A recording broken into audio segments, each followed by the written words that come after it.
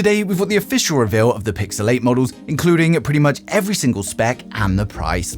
Let me know in the comments who's excited for the Pixel 8 series, and don't forget to hit subscribe to stay up to date with the latest tech. So first up, we've got the Pixel 8 series revealed on FCC certification, which not only confirms that they're coming soon, but it also confirms connectivity. The FCC filing confirms the use of Broadcom's BCM4389 chip for both models, and this means that both the Pixel 8 and the Pixel 8 Pro are going to feature Wi-Fi 7. Now sadly, the FCC filing also reveals that the Pixel 8 Pro comes with ultra-wideband, but the standard Pixel 8 doesn't. We also had the official invite sent from Google, confirming that the launch is going to be held on Wednesday at the 4th of October, and at this event we're going to be seeing the Pixel 8, the Pixel 8 Pro and the Pixel Watch 2. Now last week we had Google accidentally publish a photo on their website of the Pixel 8 Pro, and this week things go even further with a full 360 model of the phones. Unfortunately, they have since been taken down, and I wasn't at the computer when it happened, but there were multiple people that took videos such as these ones. This gives us a great look at the Pixel 8 Pro from all angles.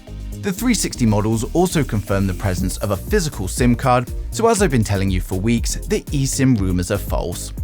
Now we've also got another pricing leak which is slightly different to the one we covered last week, and it says for the Pixel 8 it's going to be €799 for the 128GB model, then €859 for the 256. Then the Pixel 8 Pro is going to be €1,099 for the 128GB, €1,159 for the 256, and then €1,299 for the 512 model.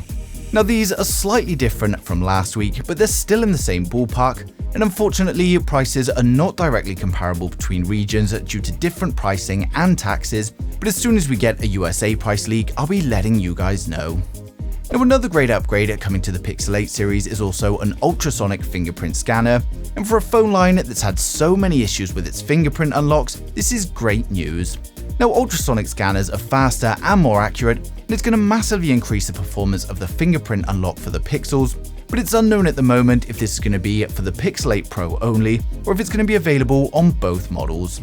We previously had confirmation of exciting new features like Audio Magic Eraser and Video on Blur, and according to a new report from 9to5 Google, we're also going to be getting night sight video.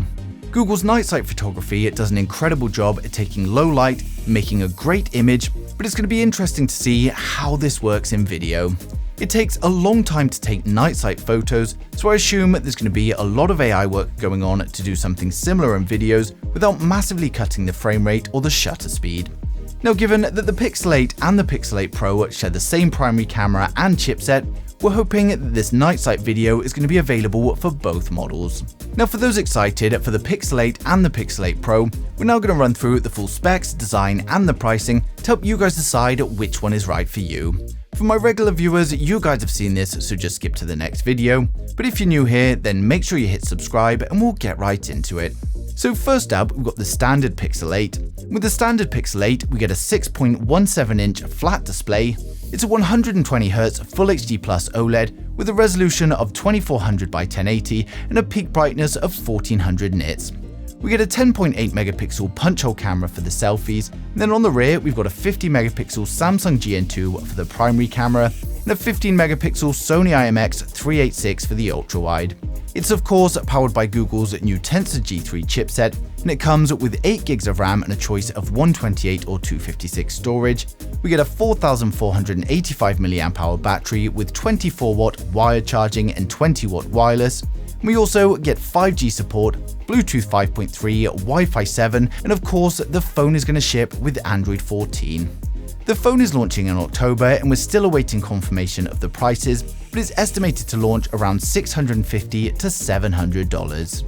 Now next up, we've got the Pixel 8 Pro, and for the first time ever, we get a 6.7-inch 120Hz flat display on the Pro model. It's coming with a resolution of 2992 by 1344, giving us 490 pixels per inch. We get a peak brightness of 1600 nits.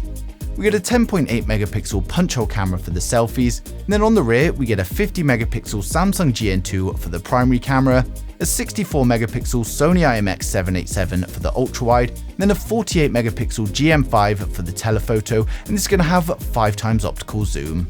It's of course powered by Google's new Tensor G3 chipset, and it comes with a choice of 8 or 12 GB of RAM, and then a choice of 128, 256 or 512 storage. We get a 4950 mAh battery with 27 watt fast wired charging, and then 23 watt wireless. We also get 5G support, Bluetooth 5.3, Wi-Fi 7 and ultra wideband, and then we also get a new temperature sensor, which is brand new to the Pixel series. Now the phone will of course ship with the new Android 14, and the phone is launching in October. Again, we're still awaiting confirmation of the prices, but I estimate it's going to launch at around $950 to $1,000. So the Pixel 8 series is looking like a nice upgrade from the previous models. While it initially seemed as though there wasn't going to be too much of a change, we now know there are plenty of design and hardware changes to really improve the user experience. The fact that we're now getting an ultrasonic fingerprint scanner is going to bring some big improvements to the day-to-day usability. With all the new AI features, it's going to make day-to-day life and photography that little bit easier. Now, given it's quite similar to the predecessor, I can't imagine those on a 7 series are going to be rushing for an upgrade, but definitely for anyone on an older model or looking to get their first Pixel phone, it's going to be a great choice. Now, as always with Google, we know way too much ahead of the launch, and we pretty much know everything there is to know, but hopefully Google still have some surprises up their sleeve for the launch. Now, of course, if anything else comes in the meantime, I'm going to be sharing it straight away, so make sure you subscribe so you don't miss a thing in the future.